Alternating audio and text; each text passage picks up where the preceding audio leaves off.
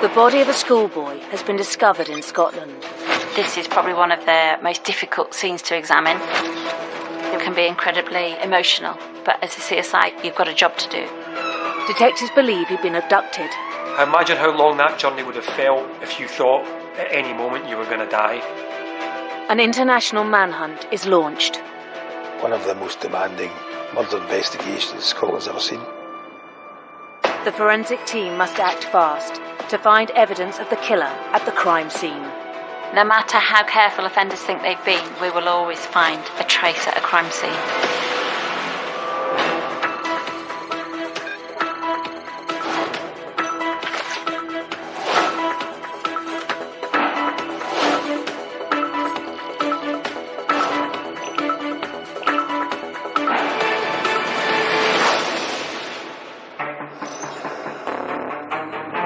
The body of a young boy has been discovered on an isolated pathway in the early hours of the morning.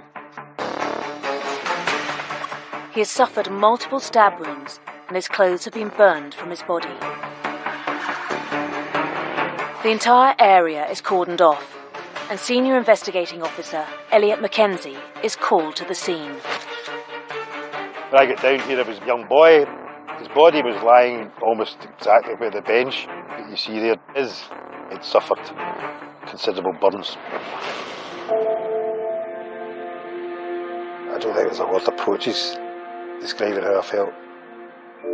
A murder of a child can be one of the most horrendous crimes known. Can be potentially quite an emotional experience for the CSIs investigating them, particularly if they've got children of their own. Can be very disturbing.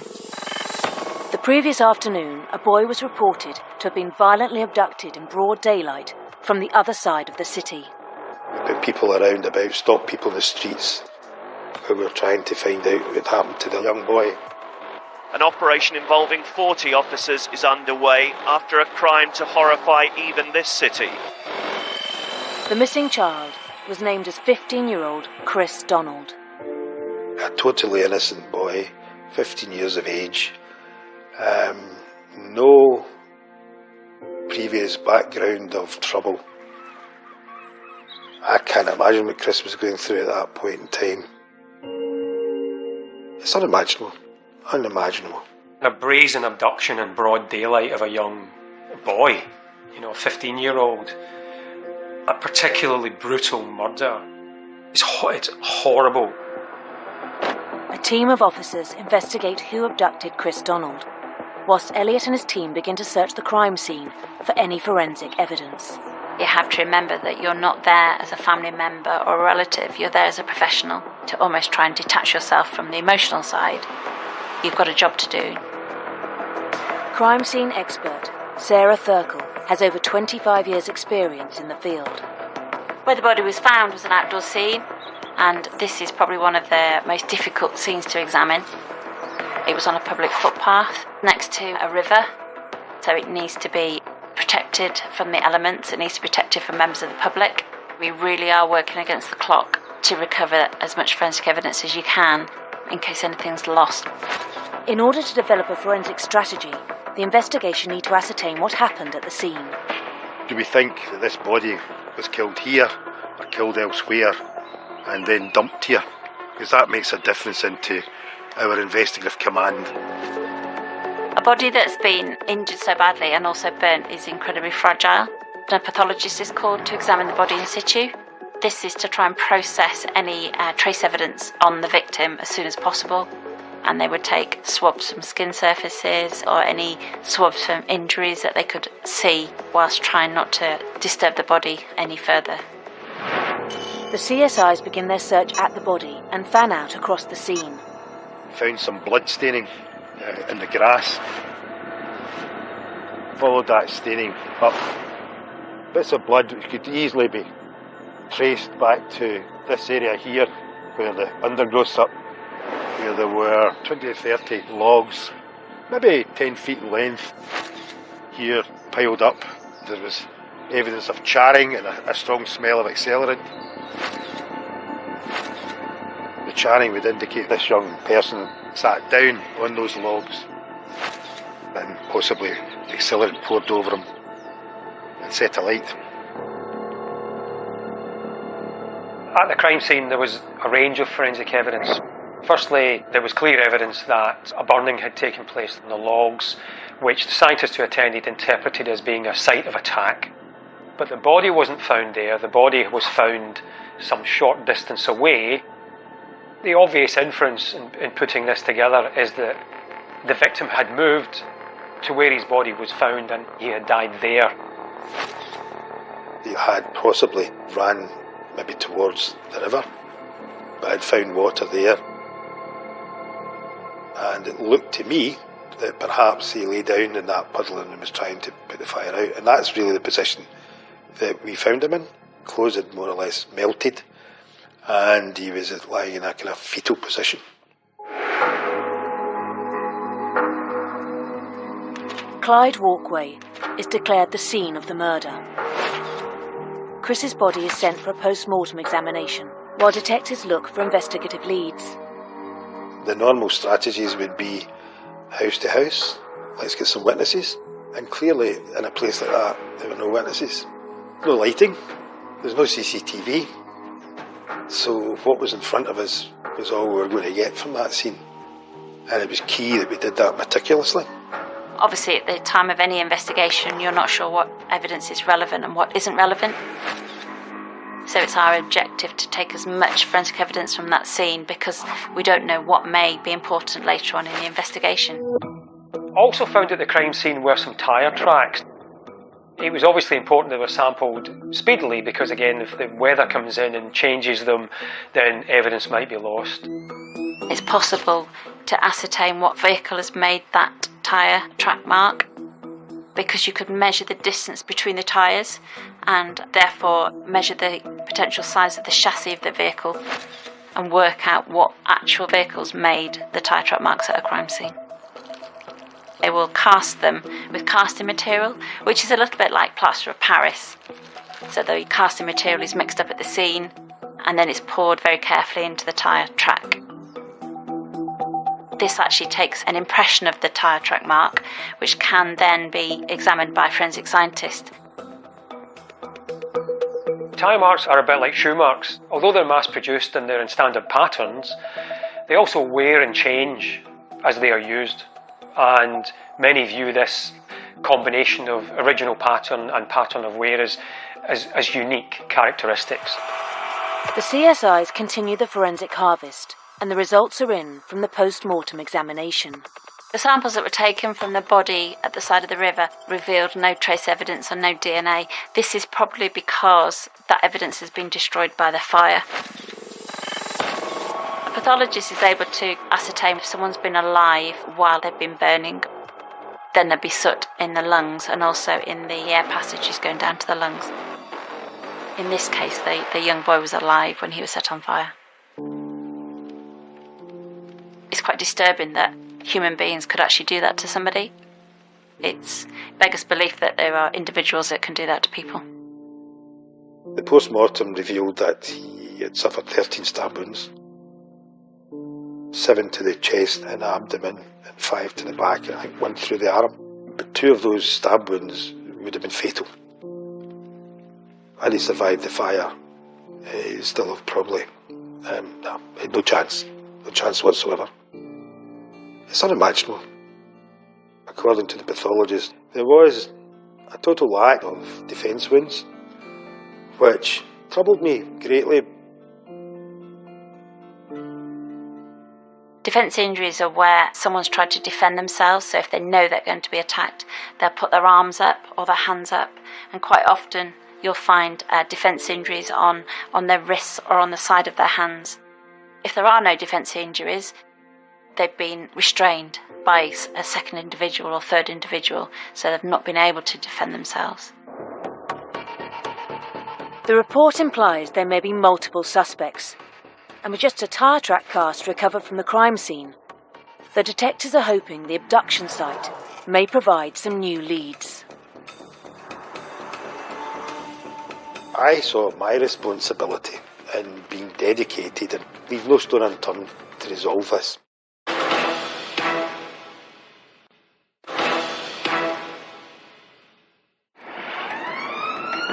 On the 15th of March 2004, schoolboy Chris Donald was abducted. His body was later discovered on an isolated walkway on the other side of the city. The terrified teenager bringing him here to this deserted pathway to the east of the city. They then stabbed and set him alight whilst he was still alive. The CSIs managed to recover a tyre track impression from the crime scene. But with a lack of witnesses and CCTV, the detectives hope to get some fresh leads from the scene of the abduction. An abduction of that type is unlikely to yield very much because it's a very quick event. The key focus would be who else had witnessed this, had anyone else seen it. A friend of the victim, Jamie Wallace, who saw a car containing 5 Asian men pulled up beside him and his friend. Jamie Wallace was left standing in Kenmure Street, concerned the men who took his friend would come back for him. They were saying, do you know what pain is? You're next. They were saying I was next. A very traumatic incident of an abduction in broad daylight of a young boy. Had been grabbed in the street, punched, kicked, leaving poor Chris clinging to the railings of the bowling green, screaming, I'm 15 years old, what have I done? Why me? That's appalling. In this working class and strongly Asian quarter of Glasgow, which has seen more than its share of gang and drug-related violence. When the abduction happened, the shops nearby all slammed their shutters and wanted nothing to do with it. All of a sudden, CCTV wasn't working in that area. To say we were met with a blanket of uncooperation was probably an understatement. In the early 2000s, Glasgow was considered the murder capital of Europe. Glasgow in 2004 hit a peak. There were 3 times more murders in Glasgow than there were in London. And that was generally due to organised criminal gangs. So their feuds then became from the violent attacks, the brutal beatings, stabbings to shootings. Where you have gangs and organised crime, each crime is related to some other crime. Drug supply is related to drugs importation, and you get turf wars over drugs. I mean, violence is a way of life to them. It's an occupational hazard. They're running rackets, they are threatening people and attacking people and injuring them. So it means that things can happen and they can rely on the fact that no one will come forward to identify them or be witnesses. With the lack of witnesses willing to speak on record, the detectives must work with the information they have to try and identify any suspects. At this stage of the inquiry, we have 2 separate crime scenes. We have the deposition site, so where some tyre track marks. And then we also have the abduction site, where there's been a sighting of a silver vehicle. So it's really the silver vehicle that potentially is going to tie these 2 scenes together. Vehicles are generally registered, so you can quite quickly find out who owns this vehicle. They can put out bulletins to watch out for particular vehicles, which means it's an important line of inquiry in the case. By checking recent reports, the police have identified a silver car stolen 3 months ago. They lean on a notorious car thief for information that may help them identify a suspect. My team went to prison and spoke to an individual who admitted stealing the car. So we now knew that we were looking for this Mercedes car. The convicted car thief tells detectives that he sold the Mercedes to a well-known gang leader from the south side of Glasgow, called Imran Shahid. He's a 27-year-old man, a bodybuilder. He abused steroids, which added to his mood swings and his propensity to violence. A powerful figure who saw himself as a godfather of the gang. And another broader line of inquiry will be, who is Imran Shahid associated with? Because that's who the other 4 men are likely to be. So they want to know their identities and then take the case from there. The team steps up its search for Imran Shahid and the silver Mercedes. And several 999 calls come in that could be linked to Chris's murder. Monday 15th of March 2004, 8:10 at night, a number of 999 calls were received about a Mercedes motor car, silver in colour, ablaze.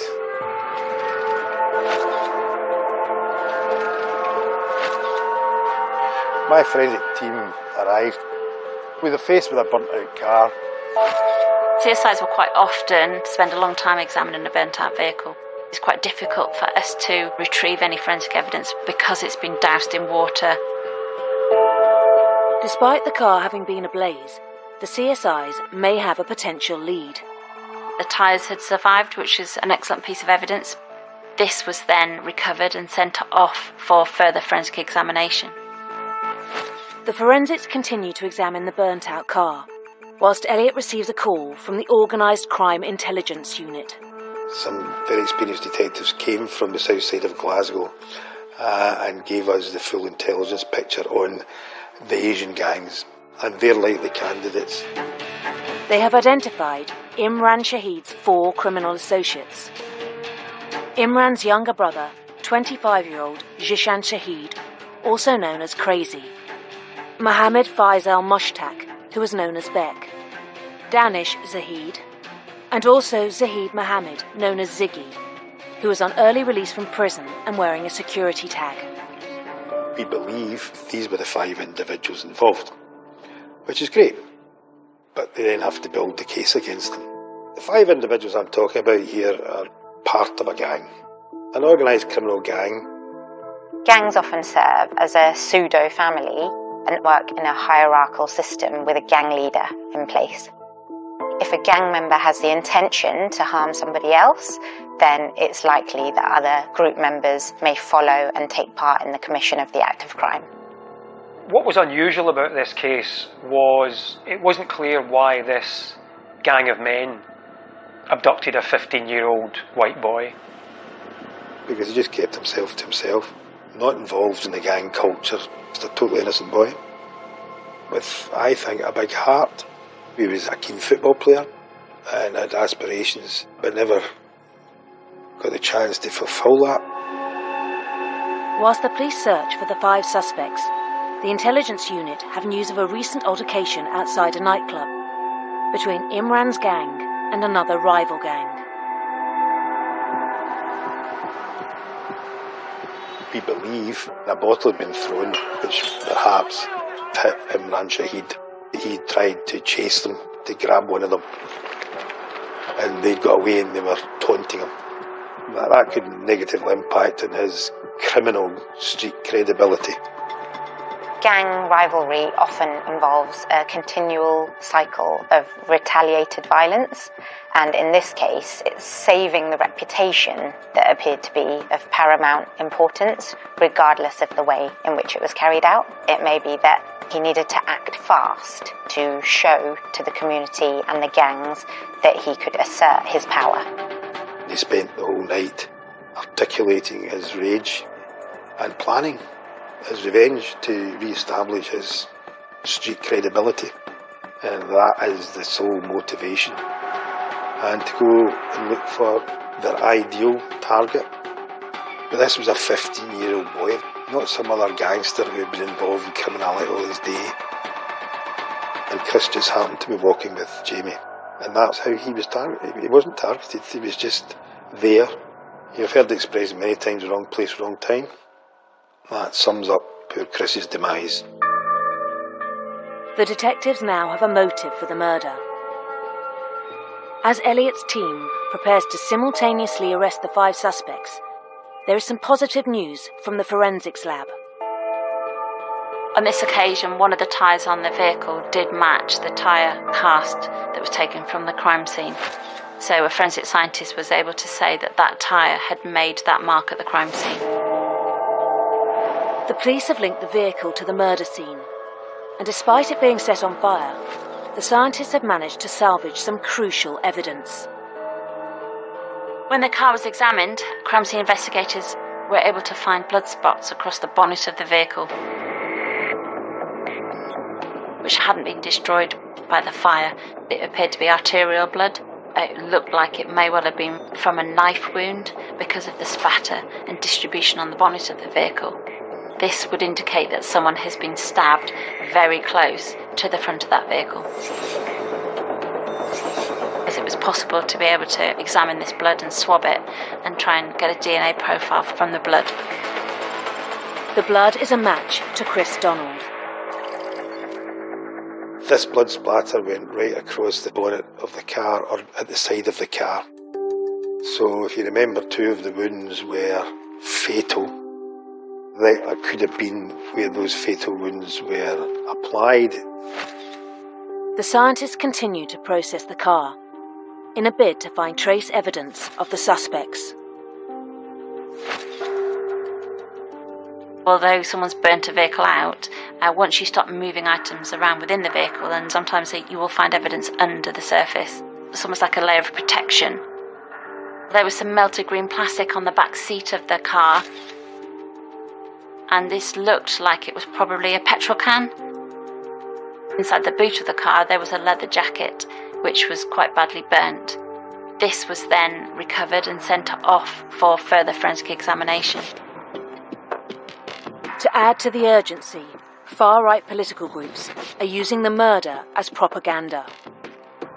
I knew there was something odd about it and something distinctive about it. I remember it being talked about as racially motivated, which of course was very unusual. They were shouting, white bastards. That's what the Asians were shouting. They were saying, do you know what pain is? Trust me, there was bad feeling in that part of Glasgow, and it could have got very violent, very violent.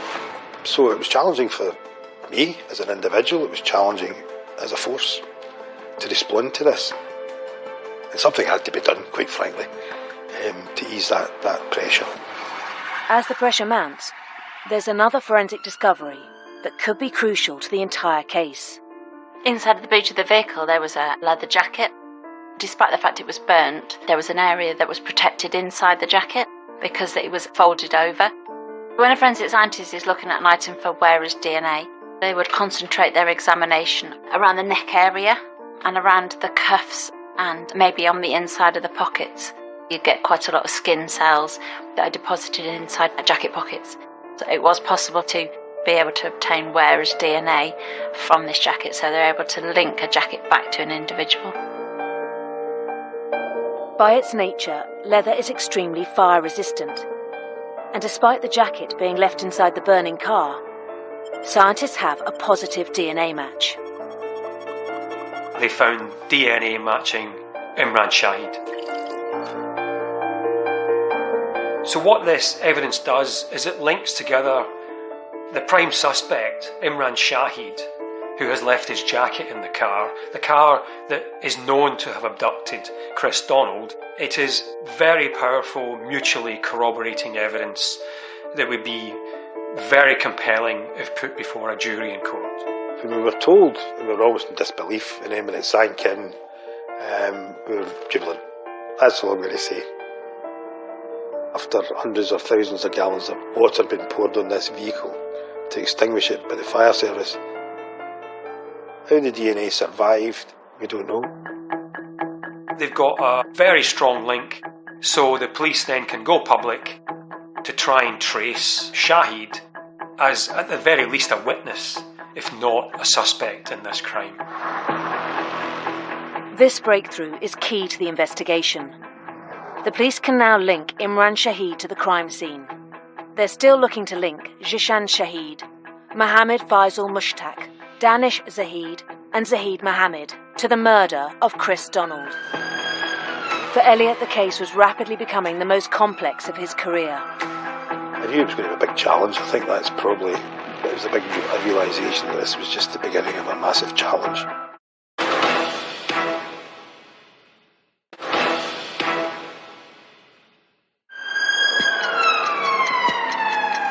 In Glasgow, 15-year-old Chris Donald was abducted in broad daylight before being murdered. The police have identified 5 suspects, and the forensics have linked the gang leader, Imran Shahid, to the car used for the crime. This was the crucial link that linked an offender to the jacket, to the vehicle, and therefore that vehicle to the 2 scenes. But it's important to remain focused because they would then need to build on this to find further evidence. Imran Shahid and the other men have yet to be located. Detectives are still working to find evidence that links the 4 other suspects: Jishan Shahid, Mohammed Faisal Mushtaq, Danish Zahid, and Zahid Mohammed. The term forensic evidence covers a multitude of different disciplines. A lot of people just think it's fingerprints and DNA, but also there's digital forensics. Digital forensics is becoming a lot more important in more recent years because everybody leaves a digital footprint somewhere. When you switch on a mobile phone, it logs on to the nearest base station antenna, usually called a cell site. There are cell sites, base stations all around the country. If you move with a phone, if you travel with a phone, you move from one base station to another. So you can track mobile phones if they're travelling. That cell site registers the phone's metadata. So the phone number, transactions between that phone and any other phone, and it records the number of the phone that is called. So what you could achieve using this kind of evidence is that you can establish where someone is at a particular time and perhaps where they went next, because every time the phone logs on to the cell site, the time is registered. So it's a very powerful tool for monitoring the movements of individuals, but also linking people together.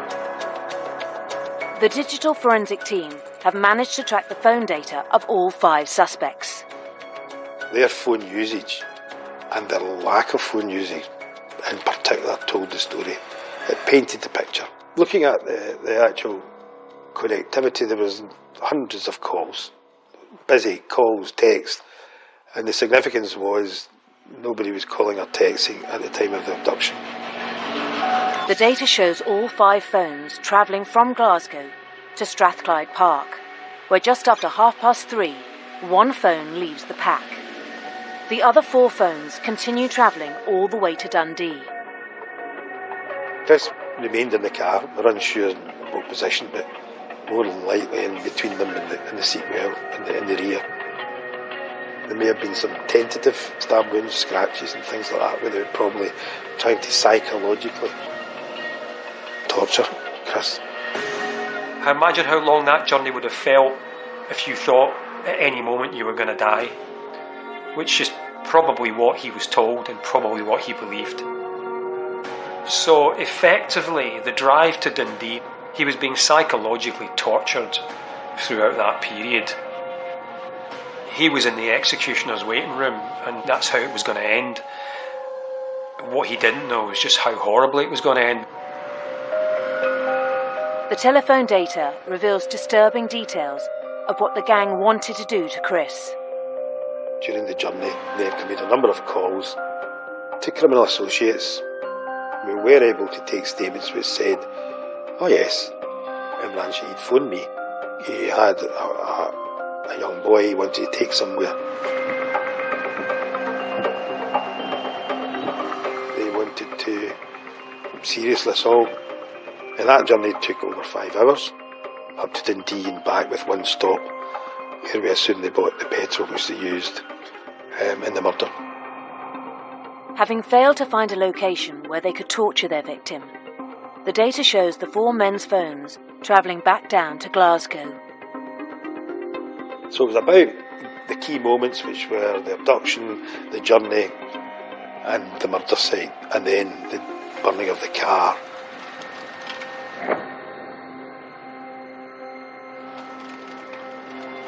The most significant one was around about 7:20 p.m, where there was a 20-minute silence in calls. And that silence, we believe, was indicative of the fact that for those 20 to 30 minutes, they were killing Chris. In that timeline, that was the killing zone. It was kind of... It's the level of spite and hate involved, it's the determination, but you can imagine somebody abducting.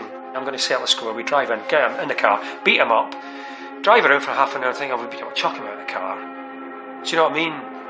But no, there's so much determination here that they are willing to drive all the way to Dundee and not find somewhere, drive all the way back.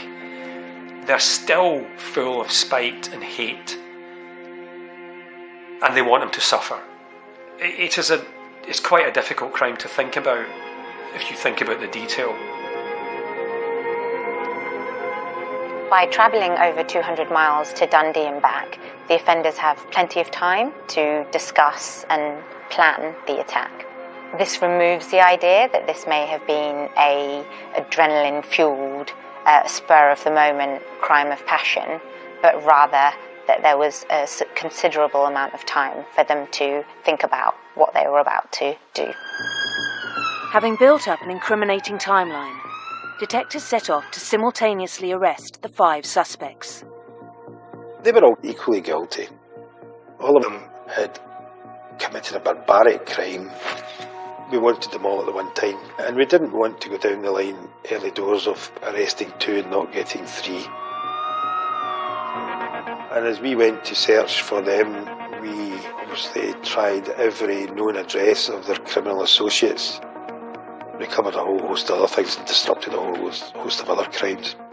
We recovered quantities of drugs, firearms, all sorts, with people jumping out of windows, running away with bags of drugs. It was a real, we disrupted the hornet's nest. News of the raids spreads across Glasgow. From community intelligence, we found out that Imran Shahidi's brother and Bex were not in that area. But we continued to search. After a huge coordinated effort, police could only detect 2 of their suspects. It's a calculated risk, but there came a point where we had to go for Danish and for his pal Ziggy. With 2 in custody, police continue to search for the 3 outstanding suspects. We'd run the course of looking for them locally, and there came a time where, we assured that they were gone by this time to make good their escape from the UK. Obviously devastated, absolutely devastated. When a suspect or someone who's a person of significance in a crime is being traced and flees the country, with some countries there is an extradition process by which the police can apply to have that person detained and then brought back to, in this case, Scotland, to be interviewed and possibly tried. Not every country would have an extradition agreement. I knew of people who were anti-Spain and, through time and effort, you can get them back. I just hoped that they weren't in a place where I couldn't access them. The detectives turn their attention to the suspect's international connections.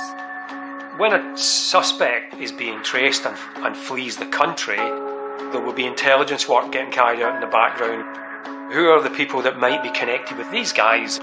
The first person we got information on, Faisal Mushtaq, had fled the country. We got brilliant CCTV footage of him arriving at Manchester Airport. The other 2, we believe one got the Eurotunnel to Paris and one took the ferry, and they had a relative in Paris who arranged for them to get to in Pakistan. The 3 outstanding suspects have successfully fled the country. But for Danish Zahid and Zahid Mohammed, the trial begins, 9 months after the murder of Chris Donald. So they go to trial and they just blame the other 3, who by this time are in another country. The prosecution has a strong forensic case against both Danish Zahid and Zahid Mohammed. Their digital footprints show all 5 suspects together from before 3 p.m. on the afternoon of the abduction. But then at Strathclyde Park, Zahid's phone separates from the pack. He had to return home to adhere to a security tag curfew. And he had to be in the house, I believe, by 7 o'clock. And if he didn't, then that would set off alarms.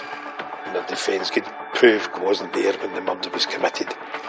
Zahid Mohammed admitted abducting Chris Donald. He was in the park on the night that they set out to find and kill a white boy. The evidence against Danish Zahid is heard. Danish tried to say that when the murder was taking place, he was sitting in the car and he saw nothing. He just saw a big flash of flame and he didn't get out of the car. Danish admitted he was in the passenger seat and forensic evidence implies that the fatal wounds to Chris happened within his eye line, indicating that Danish was privy to the crime. The jury found Danish Zahid guilty of racially motivated murder. He was sentenced to 17 years in prison. It is in Scottish legal history now that it was the first conviction for a racially motivated murder. I remember being congratulated by a member of the media. I refused their congratulations because that was the job just half done. Because the other three were flaunting Scottish justice. In order to get justice for Chris Donald's family, Elliot would have to rewrite Scottish history and extradite the 3 remaining suspects from Pakistan. I started this massive dynamic intelligence operation trying to work out where they were in a country of in excess of 165 million people. We were looking for 3. One of the most demanding murder investigations Scotland's ever seen.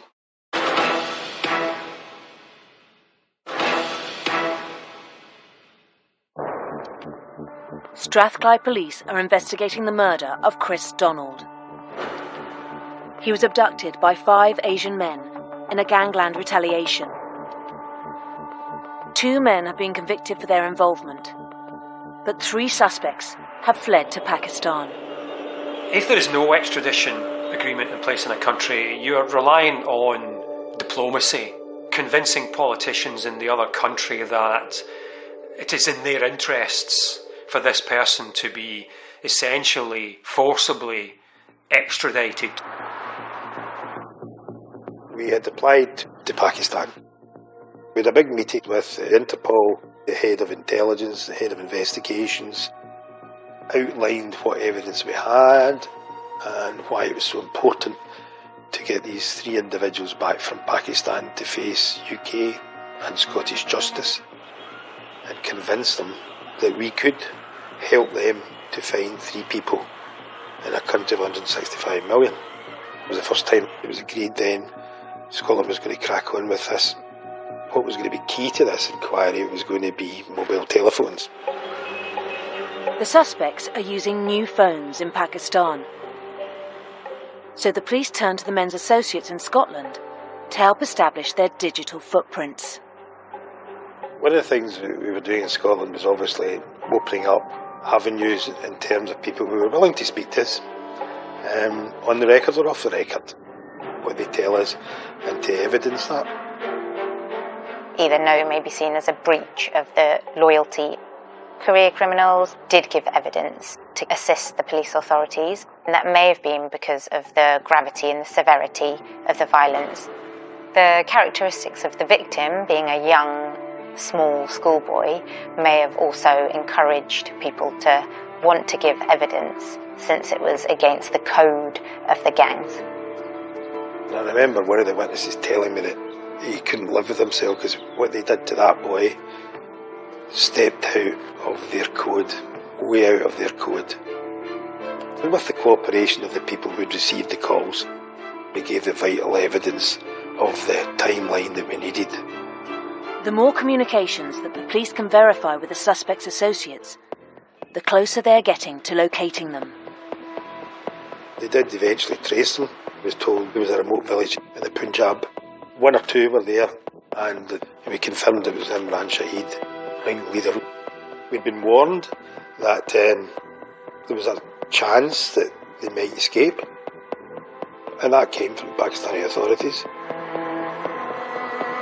They had found out he was going to a meeting somewhere, and it was then a case of biding our time and waiting to see what was going to happen.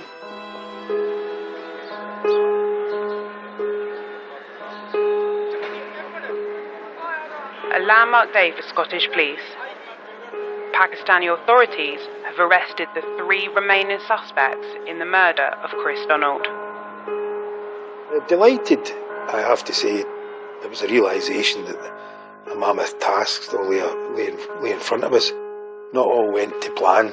It was quite stressful. There was a complicated extradition process, and trying to convince them, in what might be a politically difficult situation, that this merits the effectively enforced extradition. 3 months after the arrest, Strathclyde Police finally received the monumental confirmation. Eventually, the extradition was granted.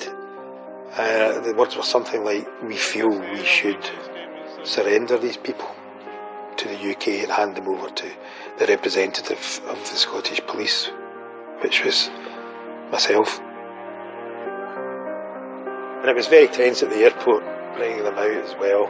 The exchange of prisoners and the exchange of some of the evidence that was there.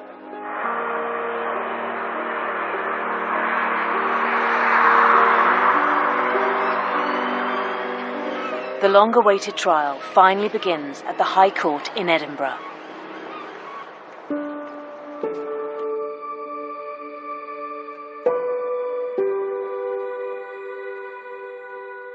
That was the first time I was allowed myself into the court, was to see the sentences, and I was staring at the jury looking for some form of connection, and I just couldn't get it. And I have to say I was as nervous as I've ever been in my life, because for me, one not proven out of those three would have been disaster. The case is heard, and the jury has reached a verdict. Guilty and jailed for 25 years, Imran Shahid, a sadistic thug and bully, defiant to the end. He was the ringleader who sought out a white victim to attack, the man who chose Chris Donald. Guilty too, his brother Zishan, his arrogance undiminished by a 23-year sentence, to the end laughing in the face of his victim's family, who watched from above. And for their accomplice Faisal Mustaq, 22 years, his violent nature on display still to the baying crowd. Chris's mother and his sister wept in the gallery as the jury delivered its 3 guilty verdicts. Got very emotional. It was just time to reflect. But that job was done. Definitely no feeling of elation, just justice has been done. And a very warm glow that it had been done. We would like to offer our sincere appreciation for the dedication that has been shown by Detective Superintendent Ellie Mackenzie and all of the officers who worked on the inquiry into the hellish murder of my son Chris. Justice has been done. Thank you. It is over. Some cases stick in the memory. Any professional, any forensic scientist will have a small number of cases that they will have very powerful memories about. And it was over 2.5 years before the 5 men were ultimately convicted of 4 of them of murder and 1 of racially motivated abduction. In terms of the kind of murders that goes on in Scotland, it's a canonical offence. It's an offence that will always have some place in the history of murder in Scotland. That there is no greater responsibility given to man than to investigate the murder of another human being. We're still talking about Chris 17 years later. We're approaching the 20th year anniversary of Chris's death. It has to be something really powerful, really powerful for that to happen. Referred to as Monster Mansion due to the residents who call it home, we're taking you to Wakefield, inside the Supermax. Watch now on My5. Mental health issues make the work of the cops extra complicated next as we go inside the force 24/7.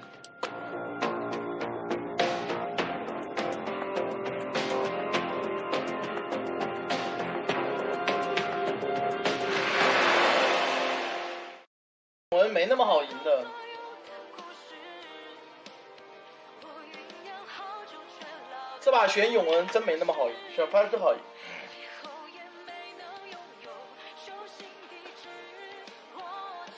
这个 DUM 为什么可以转移了呀？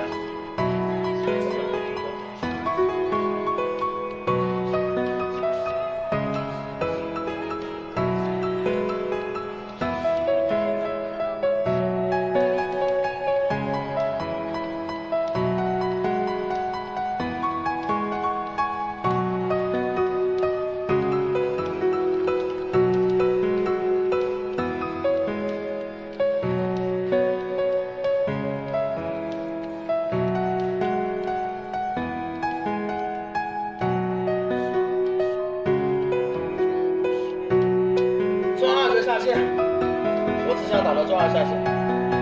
永恩这个英雄配合不了打野。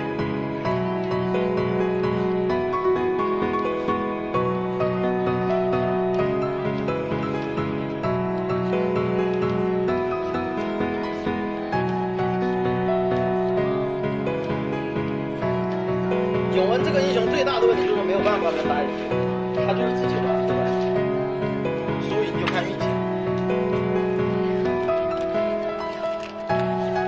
永恩的话，除非打野是莉莉娅，我觉得可以配合一下，让莉莉娅去先手，把人睡住，然后永恩再开打，大招少一枚。我觉得这永恩唯一有用的点，不然我觉得永恩没有半点用。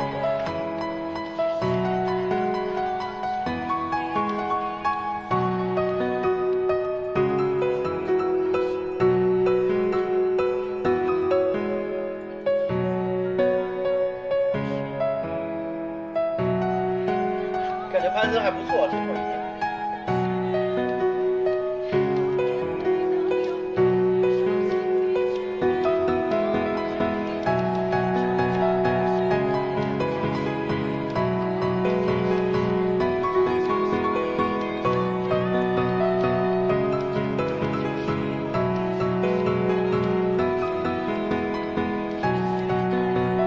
对面这个打野玩的还可以，像对面打野。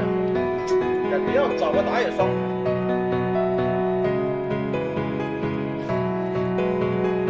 双排几盘就上去了。